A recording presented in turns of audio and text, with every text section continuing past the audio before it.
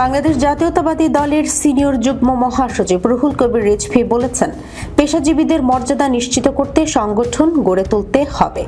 তিনি বলেন, শুধু মিছিল মিটিং করার উদ্দেশ্যে জাতীয়তাবাদীর নাম ব্যবহার করে সংগঠন গড়ে তোলার প্রবণতা থেকে বেরিয়ে আসতে হবে। সংশ্লিষ্ট পেশাজীবীদের সমাজের সম্মানের সঙ্গে মাথা উঁচু করে দাঁড়ানোর উপযোগী পরিবেশ তৈরি করতে হবে। মঙ্গলবার রাজধানীর নয়াপল্টনে বিএনপির কেন্দ্রীয় কার্যালয়ের নিচে বাংলাদেশ জাতীয়তাবাদী মোটরযান চালক দল আয়োজিত সাংগঠনিক কর্মপরিকল্পনা উদ্বোধন ঘোষণা অনুষ্ঠানে প্রধান অতিথির বক্তব্যে তিনি এসব কথা বলেন। রিজভী বলেন, শুধু মিছিল মিটিং এর জন্য সংগঠন তৈরি করলেই হবে না। মোটরযান চালক সহ এই পেশার মানুষরা যেন সমাজে সম্মানের সঙ্গে বাঁচতে পারে, পুলিশি হয়রানির শিকার না হয়, সেসব বিষয়কে সামনে রেখে আইন প্রণয়ন করতে হবে।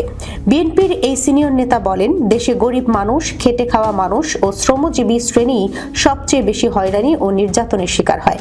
সেই নির্যাতন থেকে মুক্তি পাওয়ার জন্য এবং একটি সম্মানজনক জীবন নিশ্চিত করার লক্ষ্যে মোটরযান চালক পেশাকে মর্যাদা সম্পন্ন পেশা হিসেবে গড়ে তুলতে হবে।